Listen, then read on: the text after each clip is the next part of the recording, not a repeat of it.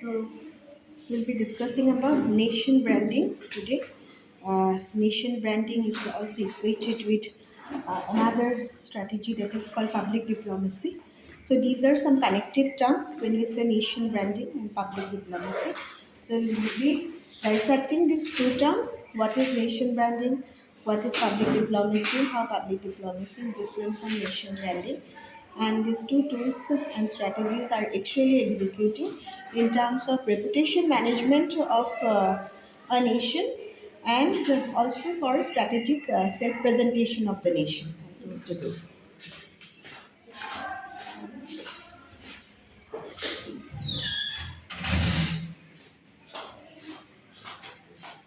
So nation branding is different from nationalism, right? Nationalism is an ideology. So nation branding is a public relation strategy in order to build perception among the audience within a country and outside the country about a nation. Okay, so when we talk of nation branding, it also involves some actors definitely who will be involving in sending the messages, setting the right context, and also devising out various strategies and tactics. We will also, yeah, will come one by one. Then again, after some time, again one will move, one will come. So it should not be like that. But, anyhow, I'll be leaving by 11:15. So it will be a brief discussion. We'll continue discussion on it.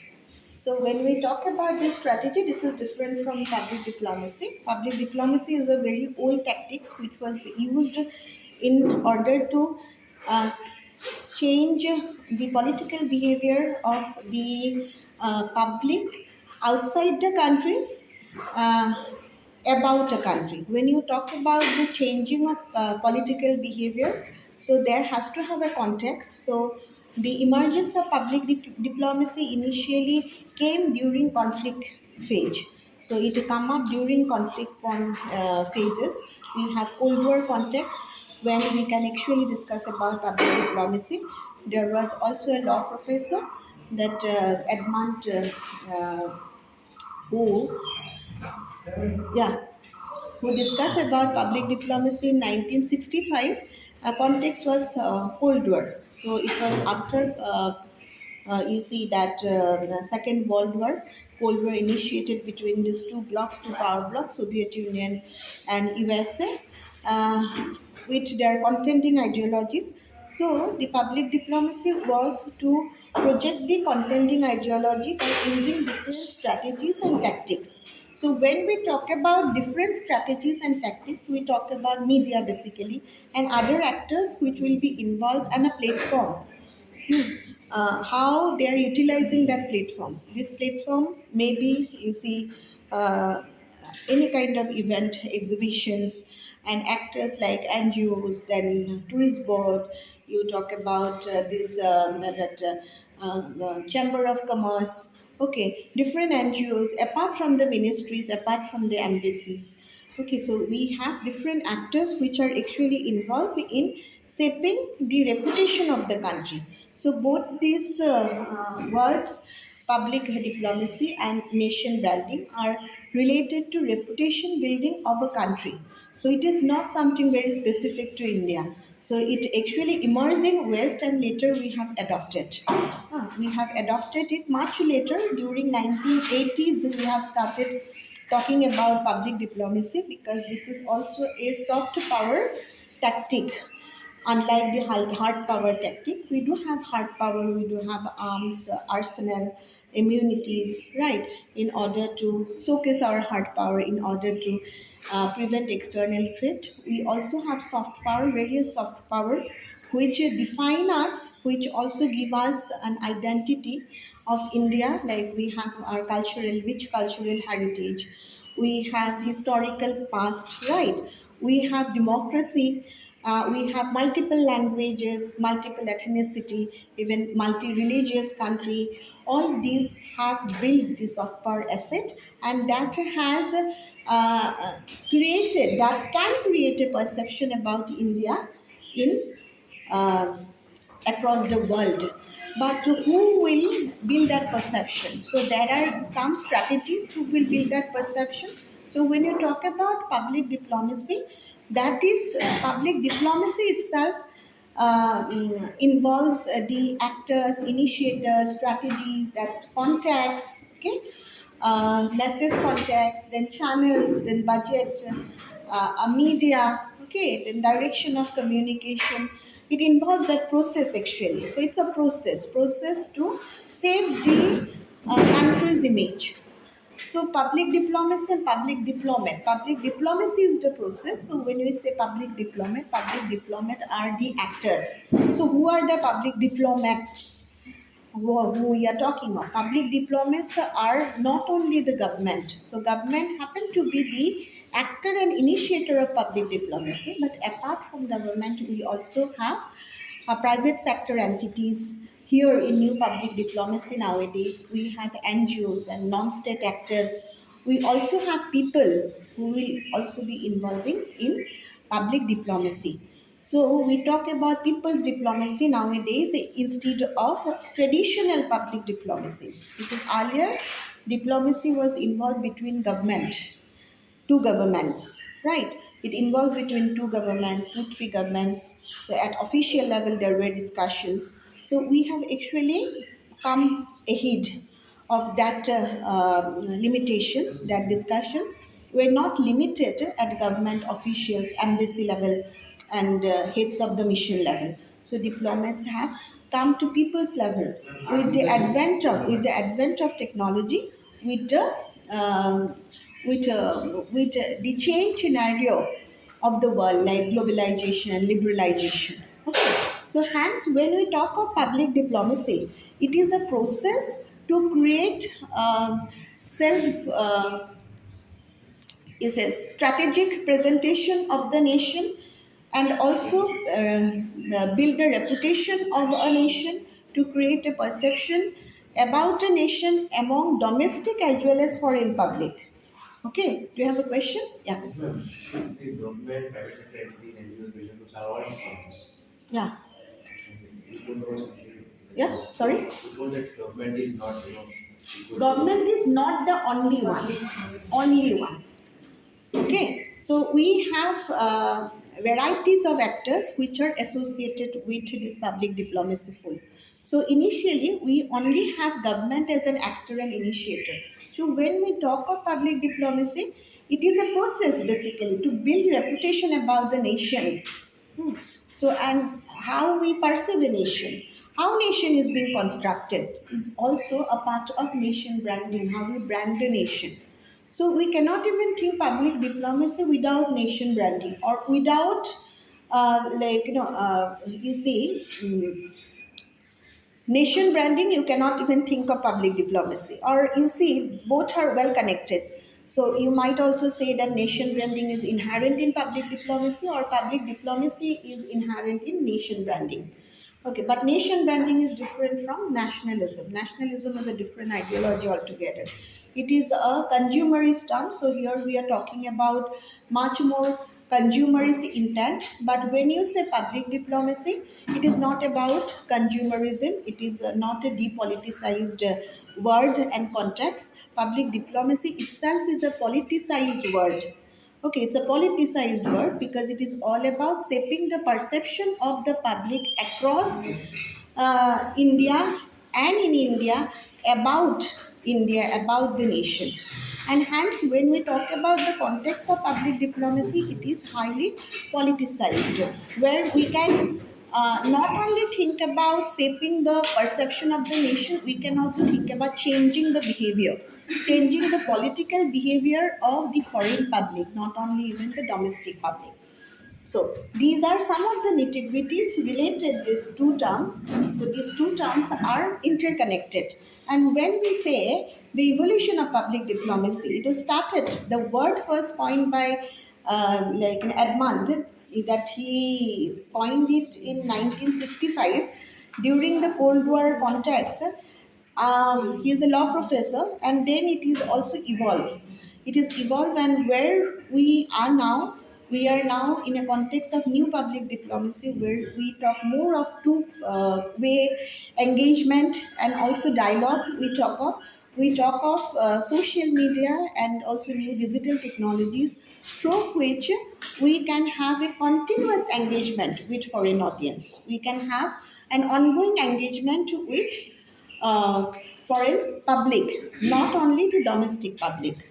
Hence, we see the context is politicized. But when you say nation branding, the context is depoliticized.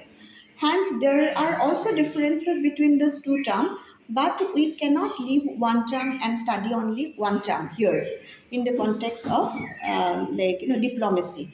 But we have moved ahead from one actor to multiple actors which are engaged in public diplomacy. Initially, we only have government as an actor in public diplomacy, government to government discussions, discussions between officials. That's what I have been repeating it because few people again come and perhaps you might have lost a cue also. So we have been discussing about the differences between these two terms. Uh, and when we talk that, when we discuss, when we say that we have moved ahead from, you see that traditional diplomacy to modern diplomacy or new diplomacy, we see that there are changes in terms of actors involved. There are also changes in terms of strategies. There are changes in terms of, you see, media, changes in terms of tactics and budget, and also about the whole context and goal. Hence, we have moved ahead from traditional government to government diplomacy. The discussion between two governments, discussion between heads of mission, discussion between foreign diplomats, discussion between foreign officials.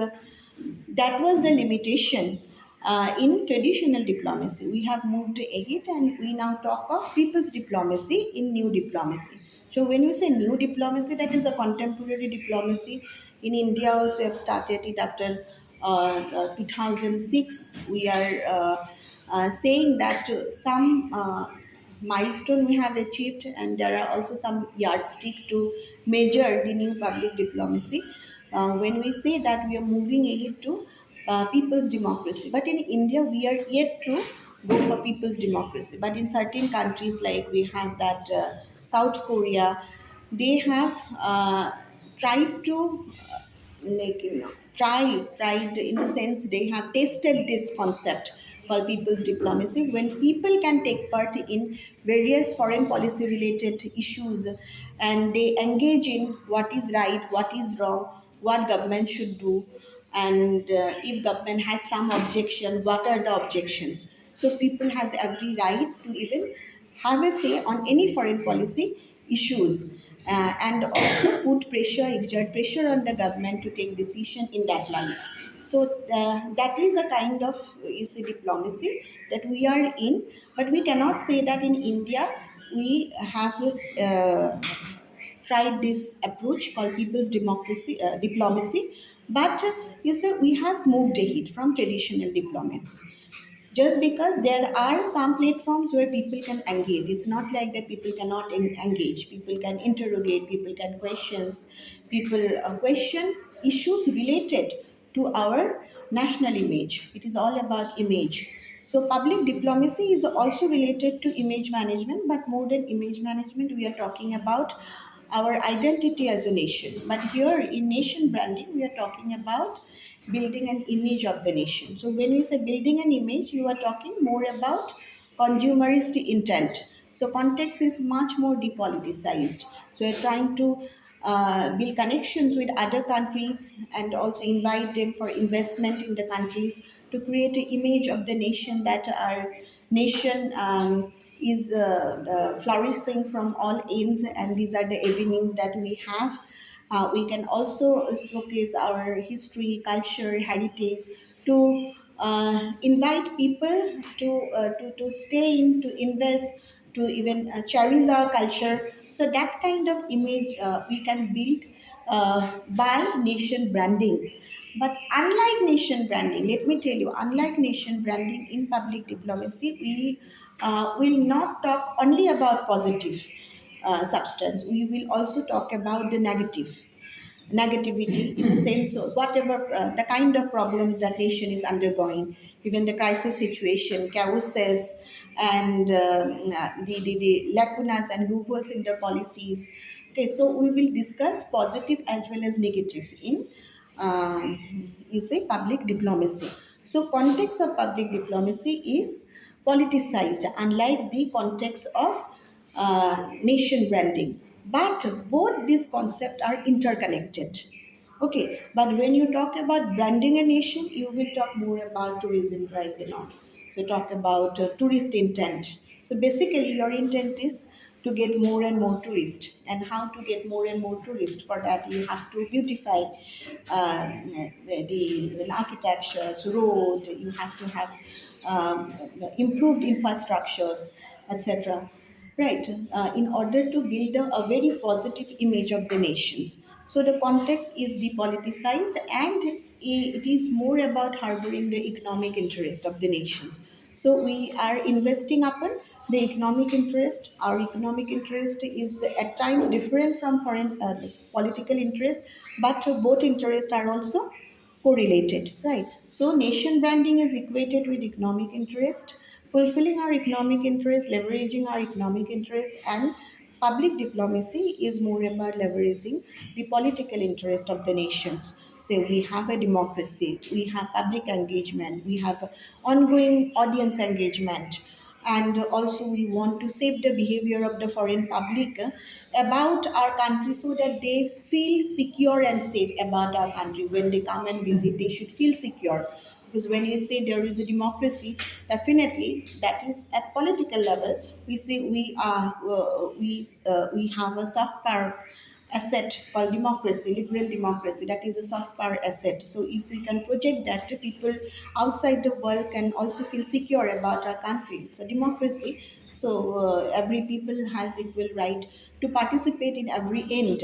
So there should not be any kind of deterrence in our participation in our visit, etc., etc. So hence we will project the image. It is not about projecting that image democracy only, it is more about your engagement also.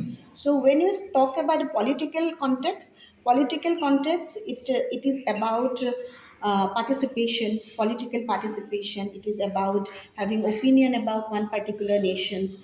It is about even holding an office. You come and get married holding an office, then that is also kind of context that you can create. So you can also talk about um, yeah, you see various kind of uh, collaboration and exchange among between the countries and among various countries. That may be cultural exchanges, that may be academic exchanges, intellectual exchanges, and engagement. So you actually build that political context, and you look for that political context so that you can have a positive opinion about a nation. So that is the role of the diplomat. Okay, building a positive self positive reputations, or you see that this is a self presentation of a nation. So that context is different in nation branding and public diplomacy, but both are equated. Even nation branding is also partially inherent in public diplomacy, whether public diplomacy is also partially inherent in nation branding. Okay, so that's how we can also understand by diagram. So there are some convergences between these two terms. Okay, like that way we can actually see there are some convergences between these two terms. So, so like that way. Apart from this, yeah, um, we need to discuss about soft power asset. So here in public diplomacy, we discuss about the soft power asset, unlike the hard power. So hard power is based on the coercion. Soft power is based on co-option. So A is doing something what B wants A to do, thinking that A will not only be benefiting, but what B wants A to do is good for A. As that is a kind of co-option. So you are complying someone's wishes, and that's what that order, you know that that wishes and order is not harmful for you, but you are complying someone's wishes and order, thinking that uh, uh, without complying you will get a punishment or a kind of threatening. That's a kind of hard power. So out of your, you say, that fear psychosis, you are complying someone's action, someone wishes, is hard power. But out of your understanding, that mutual understanding, reciprocity, and having a kind of the context, or you say understanding that both will be benefited, is a kind of, you see, soft power that we talk about. So it is more about co-option, that you co-opt rather than coercion.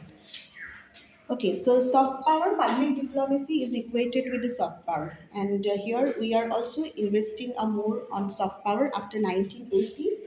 We have invested a lot on soft power after 1980s, but prior to 1980s, we also, we see, we have invested a lot on hard power. Now also we project hard power differently. It's not like that we are not projecting our hard power, because when we discuss about the foreign policy objectives and determinants, it is a mix of soft power and hard power.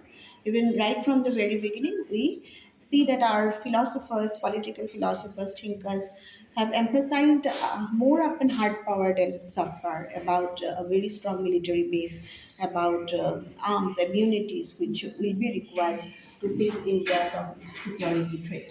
Okay, so that is the thing. So how traditional diplomacy, how new diplomacy is different from traditional diplomacy is very important. Okay, now we also talk about photo diplomacy, we talk about tele diplomacy, we also talk about media diplomacy, Doordarshan diplomacy, etc. How media has a role in carrying out diplomatic activities, mediating the activities of the political actors, and media at times behave as a diplomat to create a presentation, to create a perception about a nation across the world, and also to give a self presentation about a nation. So that is very important. That is a part of new public diplomacy, not old public diplomacy. New public diplomacy will always think to reach active audiences. Now, in active audiences, it has also incorporated the global south, who are the opinion former about the India.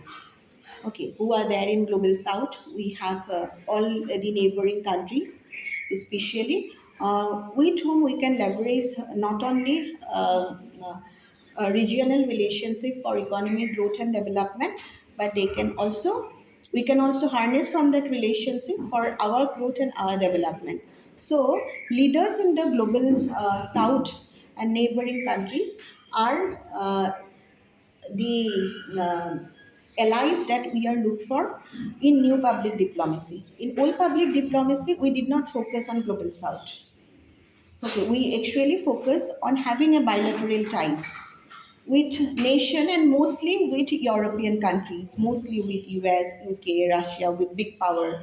Although we have not been finding ourselves in any bloc, any power bloc. We did not sign NATO, SATO, etc. We also refused to become a part of this power bloc politics and this alignment to alignment. We had a different kind of alignment, that is non-alignment.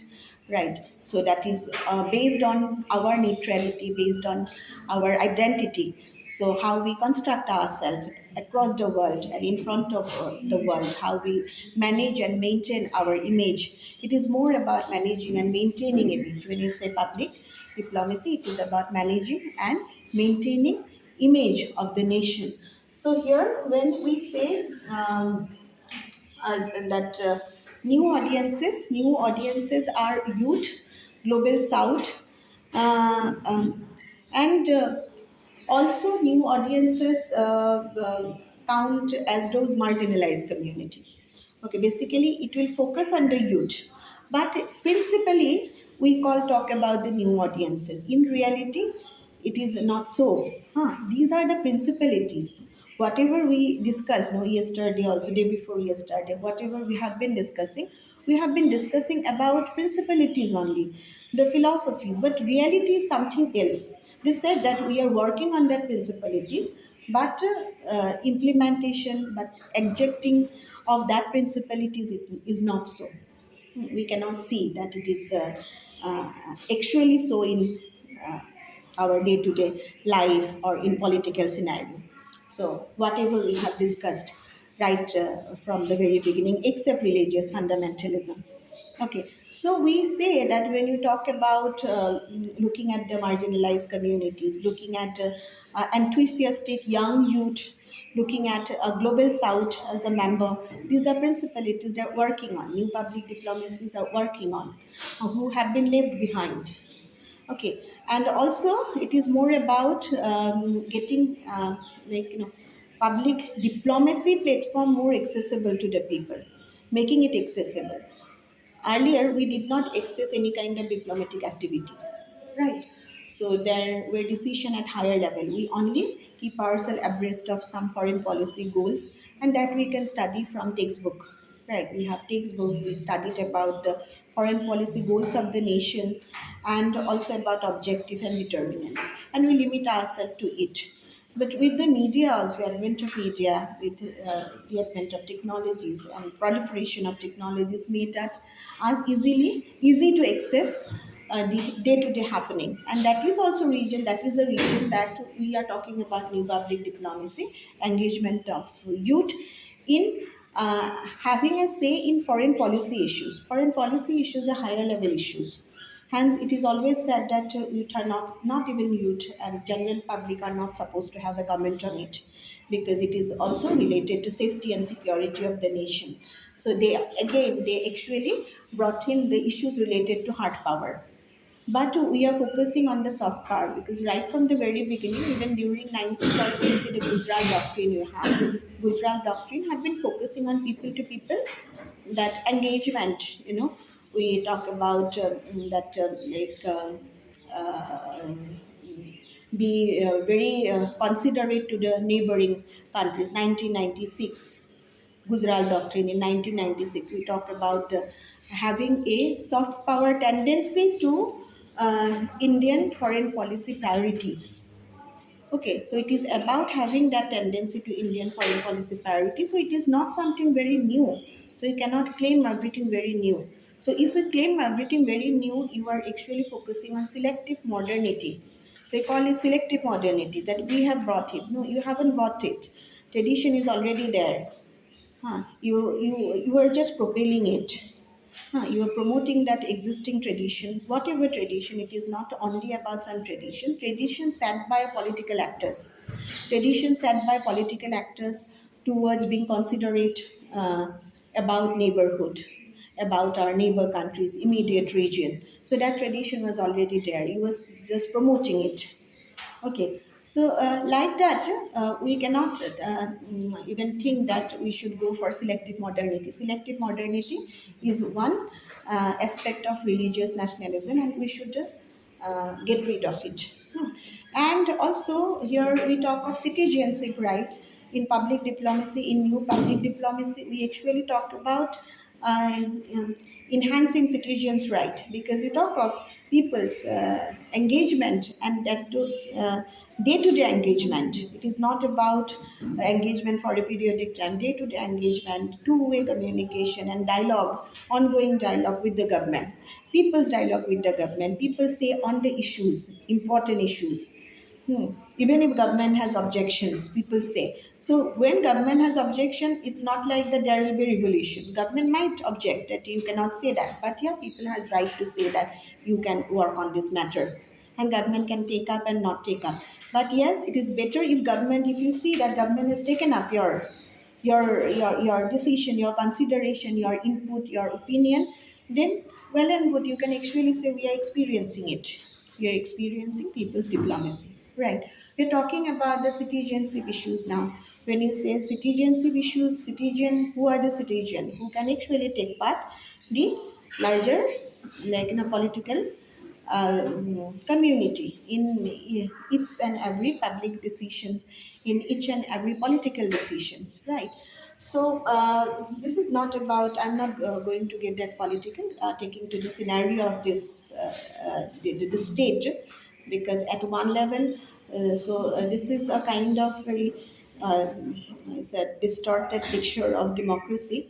So and that's we have achieved it because of AI also, and because of the you see that negative propaganda which have been generating, and that trend was started long back. Hmm.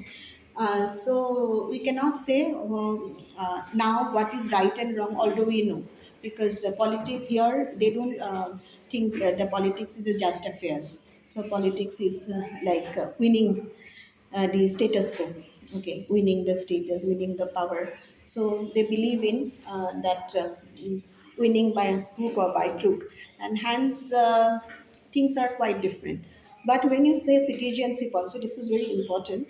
Even here we talk of global citizenship, global government, and public diplomacy.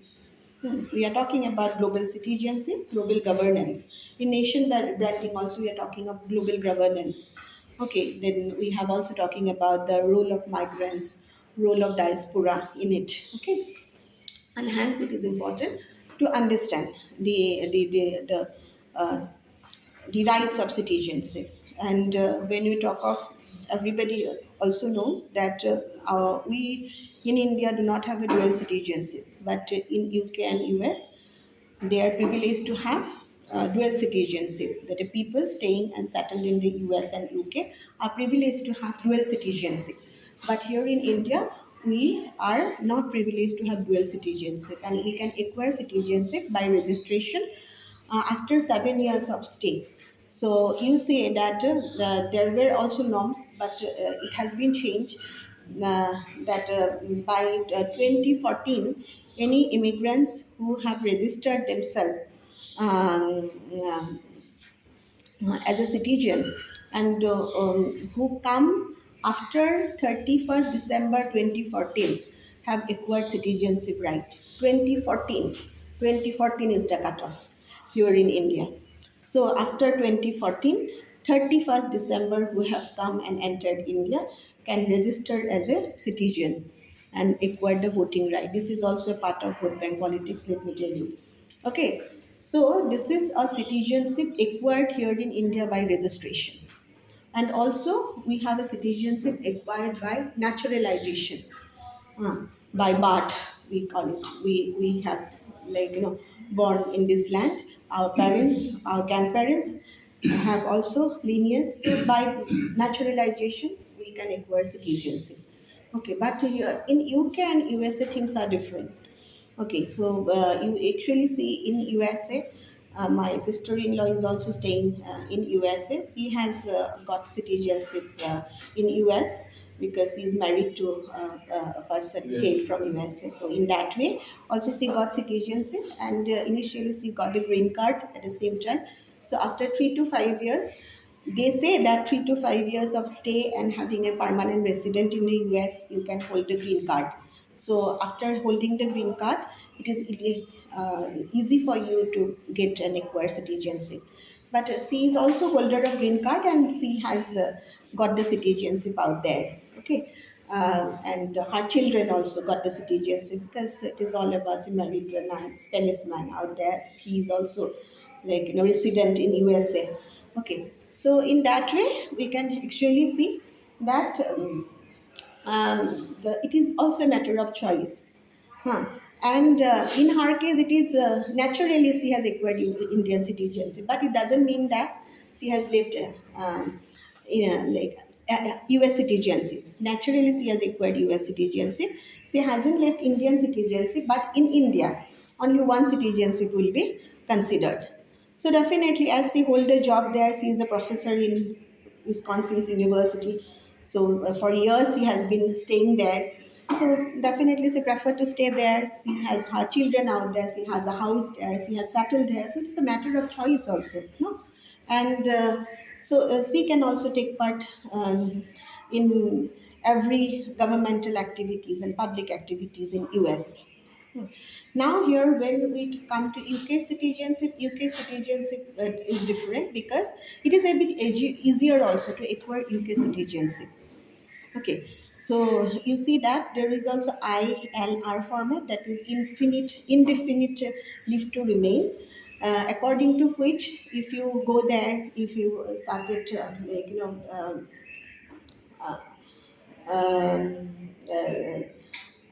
doing job for years out there, if you also have a resident, you can apply for it, and you are eligible to get the citizenship. And UK citizenship is also based on ancestry. So if you stayed there, and if you have a resident prior to 1982 or 83, then automatically by naturalization process you can acquire UK citizenship. Now, this is also your choice whether you want to stay there, you want to leave. But after 19, if you move there after 1983, then again you are eligible to get citizenship through that ILR. Otherwise, there is a problem in like acquiring the citizenship. That is the indefinite leave to remain. This is a process that's a different, but by ancestry you will automatically get the citizenship. So why to leave that citizenship which you have already attained by ancestry? So this is a kind of foolishness if you leave that citizenship. Okay, and anyhow, any kind of decision regarding the infant or minors, it is always their decision.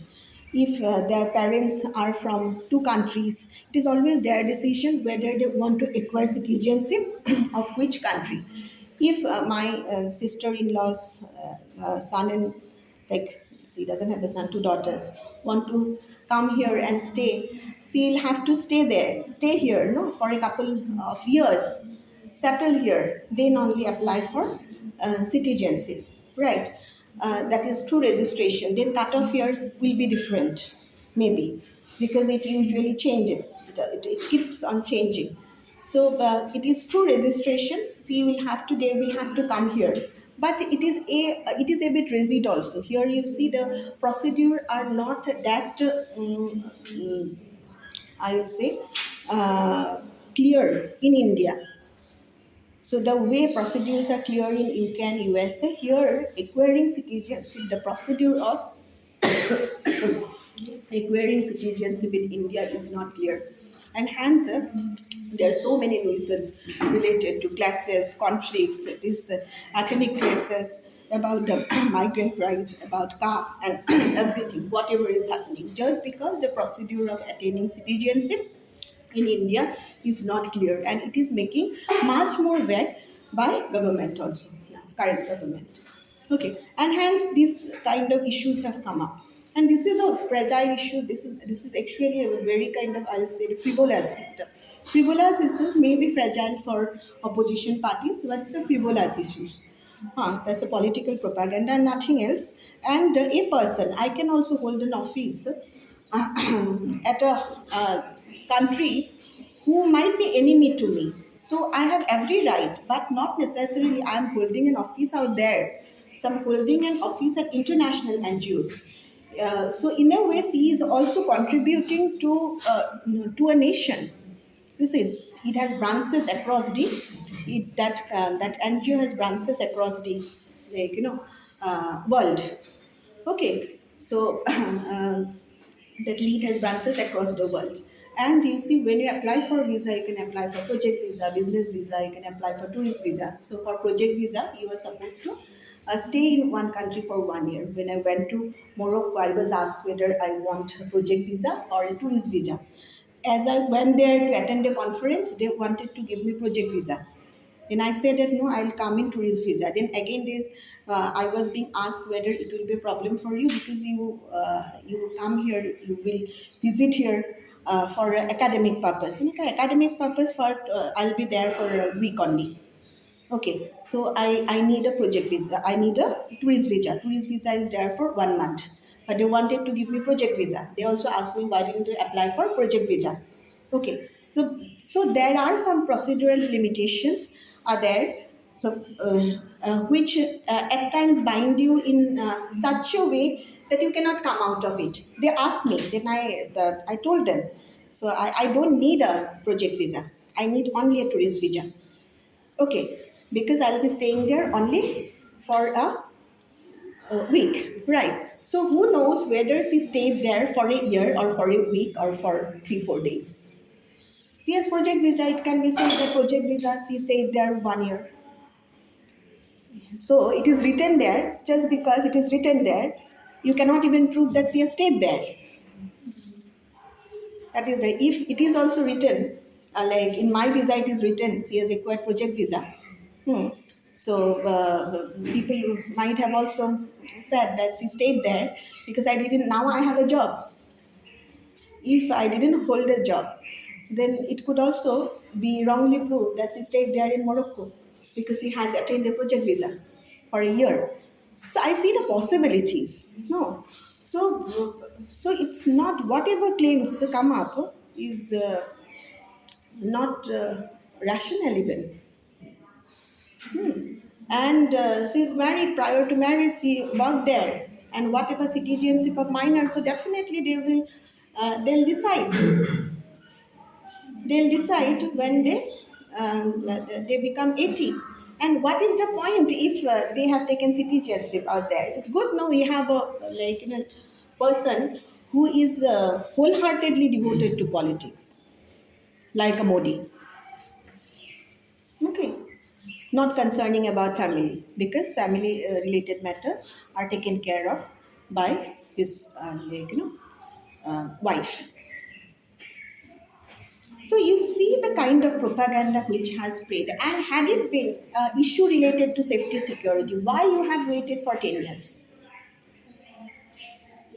So it is true that you should be arrested just because you waited for 10 years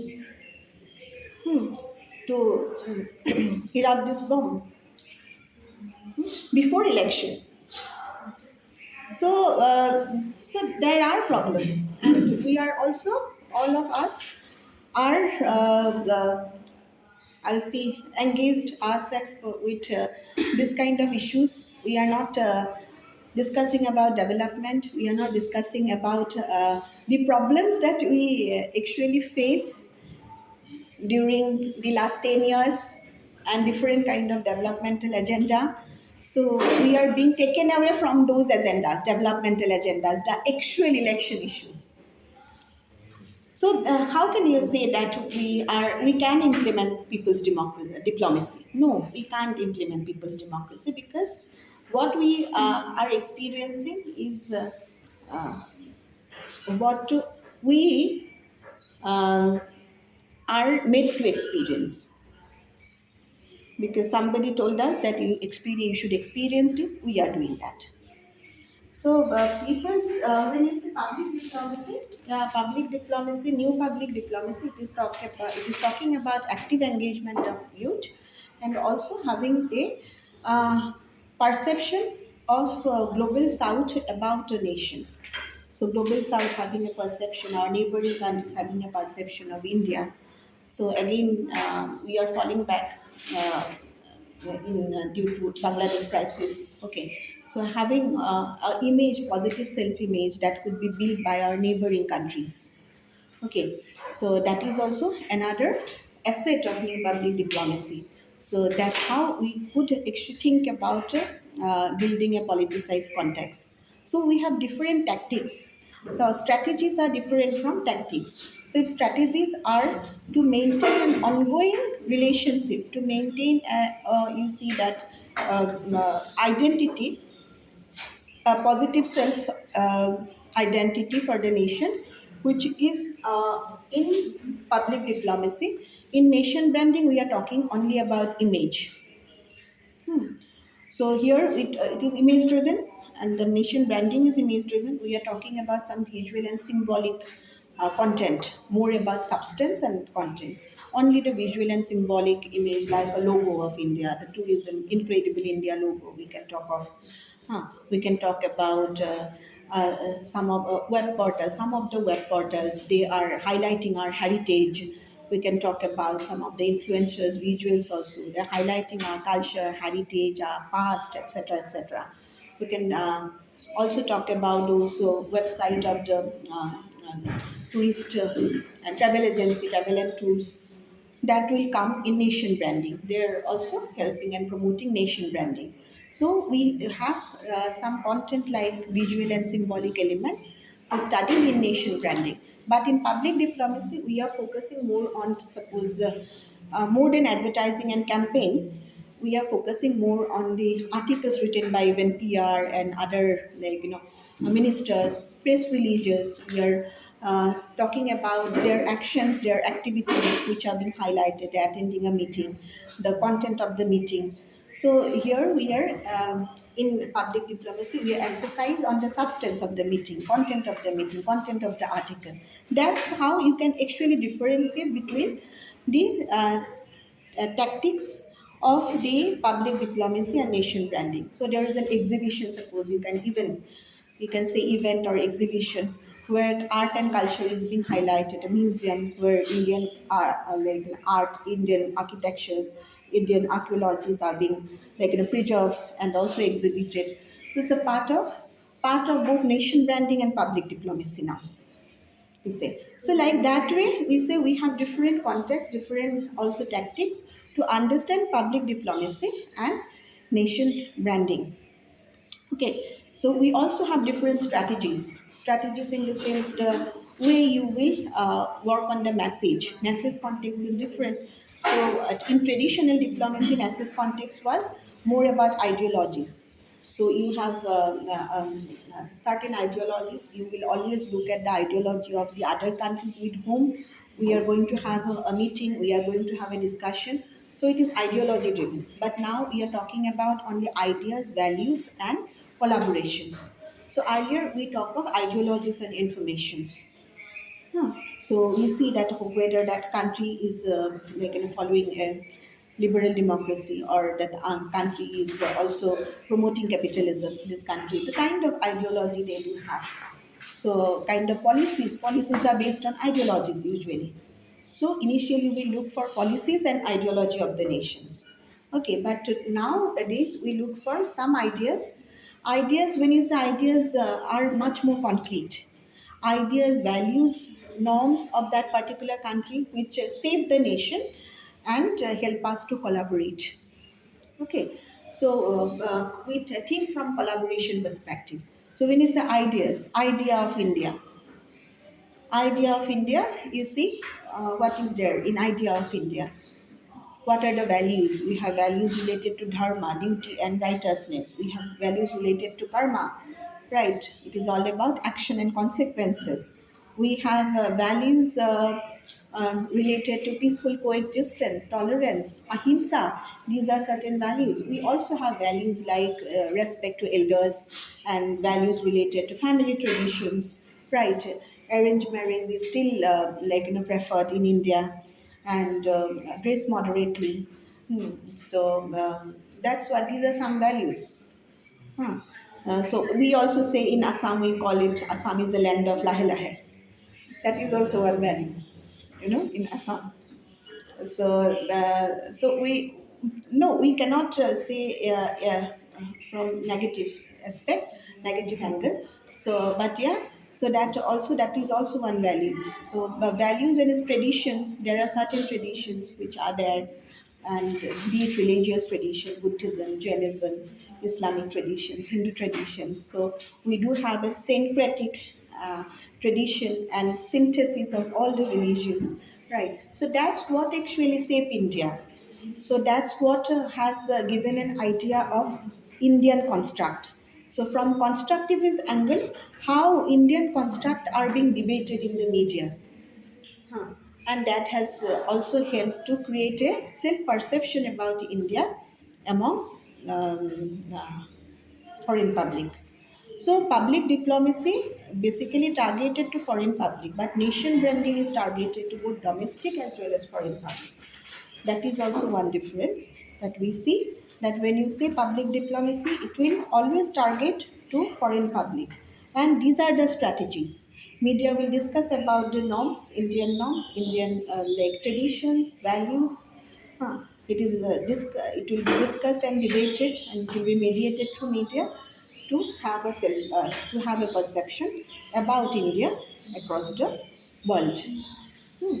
So that is the role of media. So media diplomacy here in India, the kind of narrative they create, various documentaries you see. Now, be it private media entities or public broadcasting like a Doordarshan, YouTube channels, various documentaries, travelogue, how it saved the image of the nation, and also about our values like we have yoga, Ayurveda. We also talk about other culture, like we have dance, we have music, so a range of various kind of classical dance which are also highlighted now in documentaries, right? The music which are also like highlighted, Carnatic music, Hindustani music which are being highlighted, food culture of India which is usually non vegetarian, but now we are also talking about composite food culture. Right. So initially claimed to be vegetarian. We are here talking about composite food culture of even Northeast India. It is not even highlighted now. This is also one issue. So whatever principalities we are talking of, it is not adjecting. We are not experiencing. We are not realizing. Okay, and hence it is important to understand the differences between these two terms. So we are just in an introduction of it. We have to understand more. Okay, but this is a brief about these two concepts. Budget, when you talk about the budget, who are the initiator? Government is the initiator of public diplomacy. Hmm. But now you see non-state actors like NGOs are there, private entities, they can also initiate and even people can also be initiator of public diplomacy through any issues. They highlight any issues of foreign policy, but issues has to be a foreign policy. Now it is said that Modi has also tried to emphasize upon domestication of policies. Okay, so he highlight domestic policies even in foreign policy issues. So it is good trend only when you say, but it's all about understanding things critically. Okay, and looking at things from critical lens. It's very important. So it's not. It should not be like that. You are criticizing and you got the threatening. You are criticizing, but we are criticizing so that it could. You have the option to correct. We are giving you the option to correct so that you work on it. You see what is good for all. Right. So that's the thing. Okay, we will be discussing more about it later. Okay. So today.